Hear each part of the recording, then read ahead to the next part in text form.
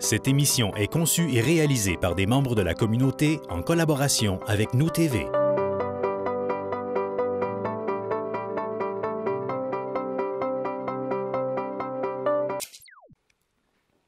Ici Mélissa Raté, bienvenue à cette toute nouvelle édition d'Allemand en mouvement. Pour l'occasion, on vous amène à l'unité Media Lab qui soulignera son tout premier anniversaire en janvier prochain. Nos invités, Émilie Guertin, coordonnatrice à la bibliothèque d'Allemand et à l'unité Media Lab, et aussi Éric Mercier, coordonnateur à l'unité Media Lab. Bonne émission.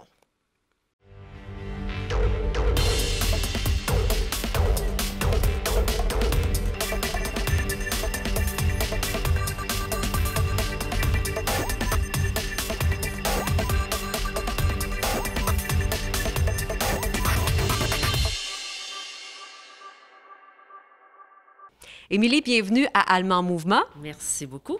L'unité Media Lab va souligner son premier anniversaire très bientôt, en janvier prochain. Tout d'abord, peut-être nous rappeler l'origine de ce projet-là. Pourquoi vous avez décidé d'amener l'unité Media Lab en région, ici à Allemand?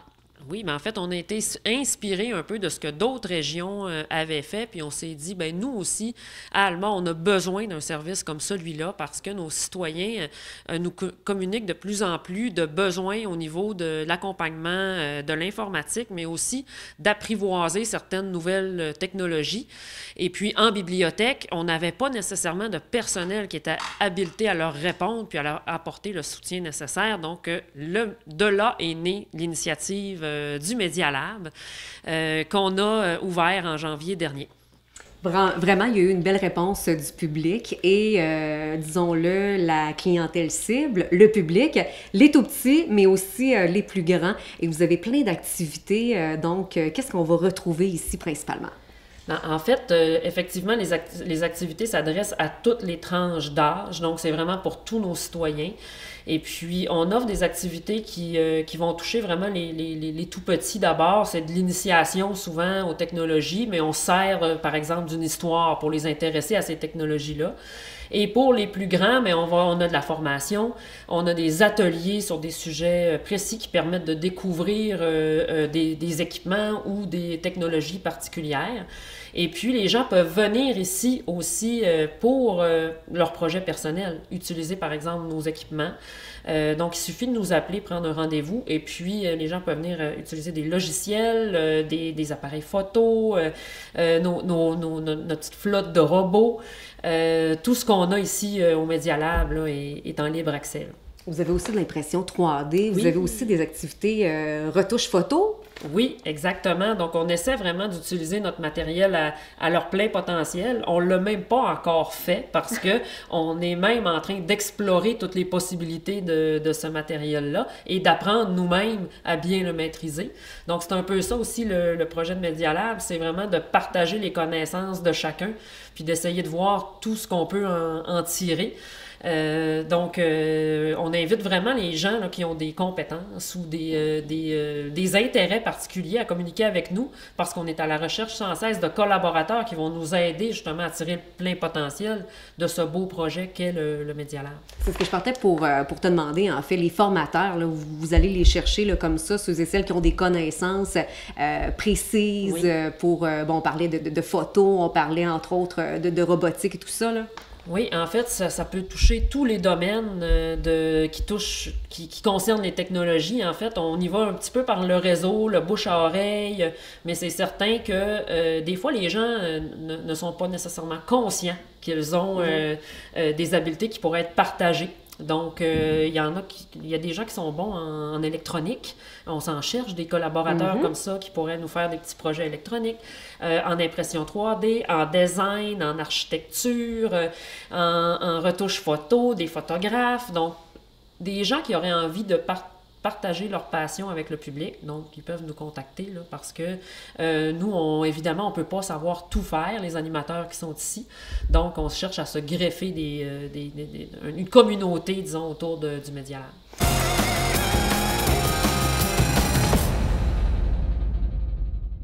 Est-ce qu'il y a des activités qu'on va retrouver aussi en milieu scolaire que vous transférez ou que vous donnez votre savoir-faire? Oui, on a une programmation vraiment pour les groupes scolaires, mais aussi pour d'autres groupes. Par exemple, des travailleurs ou des gens qui auraient des demandes spéciales peuvent venir nous voir, puis on peut essayer de développer une réponse là, à ce besoin-là. Donc, oui, on reçoit des groupes scolaires de plus en plus, on a des demandes et puis on essaie vraiment de leur développer des activités qui vont être complémentaires à ce qu'ils voient aussi en classe. J'ai vu sur votre page Facebook, parce que vous êtes vraiment à l'affût de tout ce qui se passe, dernièrement, vous avez reçu des jeunes de 8 à 12 ans qui ont commencé à faire un court-métrage. Ça, c'est assez extraordinaire. Oui, c'est un projet qu'on aime vraiment beaucoup parce que, en fait, les jeunes sont invités à participer à toutes les étapes de la création d'un court-métrage en stop motion, donc image par image. C'est grâce à l'artiste Luis Ortega qui anime l'atelier. Il va les guider du scénario jusqu'au tournage, mais en passant par la fabrication des décors. Donc, les jeunes aiment beaucoup ça. Et puis, on a vraiment hâte de voir ce que ça va donner. Le film va être présenté à la bibliothèque dans le cadre du festival Regard en février prochain. Donc, les familles des jeunes, mais aussi le public vont pouvoir venir voir à quoi cette expérience-là a mené. Les gens qui veulent participer à certaines activités, comment ça fonctionne pour les frais d'adhésion et tout ça?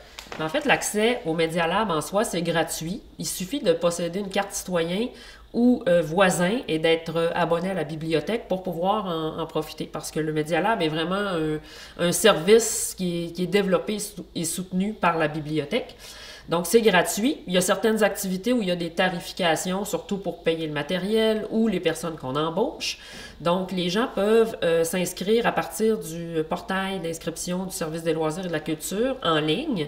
Donc, de la même façon qu'on peut le faire pour un cours de natation, par exemple, on peut s'inscrire aux activités du Media Lab. Ou nous téléphoner à la bibliothèque où on se fera un plaisir de vraiment compléter l'inscription pour les gens. Il suffit de surveiller la programmation de la bibliothèque parce que la programmation de l'unité Media Lab en fait partie. Donc, c'est une publication qu'on fait tous les mois. Ou de nous suivre sur Facebook, évidemment, là, où on essaie de vraiment faire la promotion de toutes les activités qui viennent. Et mentionner aussi que ceux et celles qui n'ont pas encore leur carte citoyen, de le faire directement à la bibliothèque. Exactement. Les gens peuvent venir chercher leur carte. C'est totalement gratuit. Donc, il suffit d'avoir une carte d'identité avec une preuve d'adresse. Et puis, la procédure est très facile pour l'obtenir. Émilie, l'unité Media Lab, c'est facile à trouver à Allemand? L'unité Media Lab, c'est important de savoir que ce n'est pas dans les murs de la bibliothèque, mais qu'on est installé dans l'édifice Paul Tremblay. Cet édifice-là est situé au 52 rue Saint-Joseph. En fait, c'est voisin de l'église Saint-Joseph. Il suffit d'entrer. On peut entrer par notre stationnement officiel est situé du côté du boulevard des Cascades. On entre un petit peu juste après le cinéma. On se stationne et puis on accède au bâtiment là, par le côté. Pour tous les détails, page Facebook? Exactement. Là, et on a un site web aussi qui s'appelle l'Unité Media Lab. Donc, vous pouvez nous visiter. Il y a une carte, il y a toutes les indications pour nous joindre, aussi prendre rendez-vous pour visiter. Donc, on invite vraiment les gens là, à venir à nos activités ou à venir découvrir le lieu tout simplement. Émilie, ça a été un plaisir. Merci beaucoup. Merci beaucoup à toi.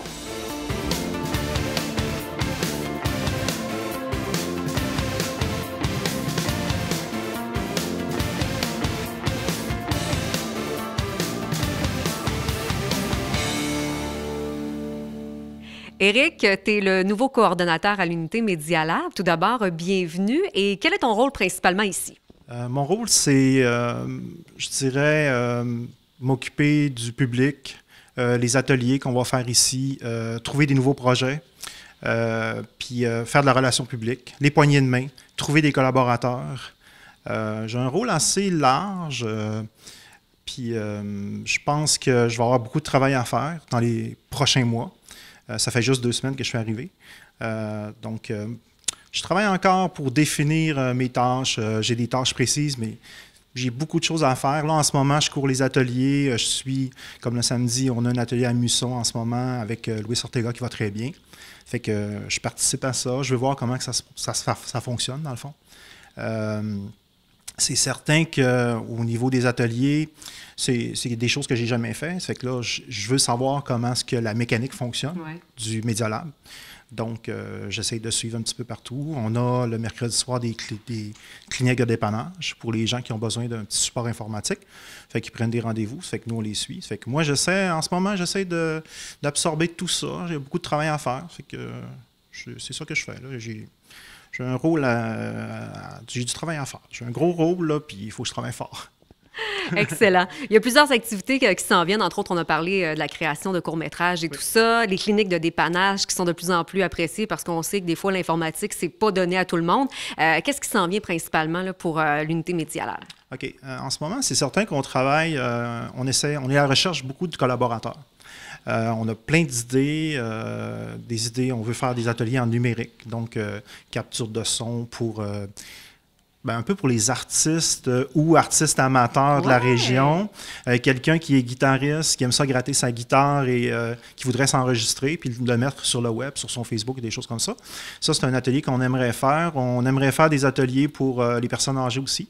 On a un petit concept d'atelier avec peut-être le cercle des fermières ou des choses comme ça pour faire un petit tricot puis leur montrer comment prendre des photos avec un iPad ou un téléphone puis les mettre sur Facebook. Donc, l'intégration du web. On va faire sûrement du 3D, de l'animation. On a déjà eu des ateliers en photo. On en a encore un en ce moment, à toutes les semaines environ, ou 2 semaines, avec un professionnel retraité. Ça va très bien. Il y avait un groupe hier, secondaire 1, 2. Il y avait de l'action, c'était amusant. Je voulais voir comment ça se passait, donc j'ai passé la journée ici. C'est qu'on a beaucoup de projets pour la prochaine année. On a déjà 2 projets en décembre. Fabrication de macarons de Noël pour, je pense, c'est 6-12 ans, puis à peu près la même tranche d'âge pour un atelier confection d'une carte de Noël avec l'écran vert.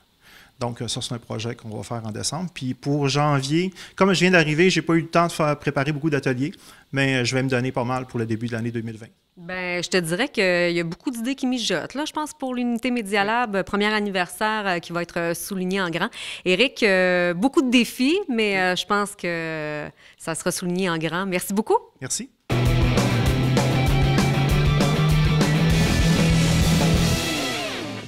Merci à nos invités, Émilie Guertin, coordonnatrice de la Bibliothèque d'Allemagne et de l'unité Media Lab, et aussi Éric Mercier, coordonnateur à l'unité Media Lab. Ici Mélissa Raté, au nom de toute l'équipe d'Allemand Mouvement, merci d'avoir été des nôtres. Restez là, le conseil municipal suit en direct à Nous TV.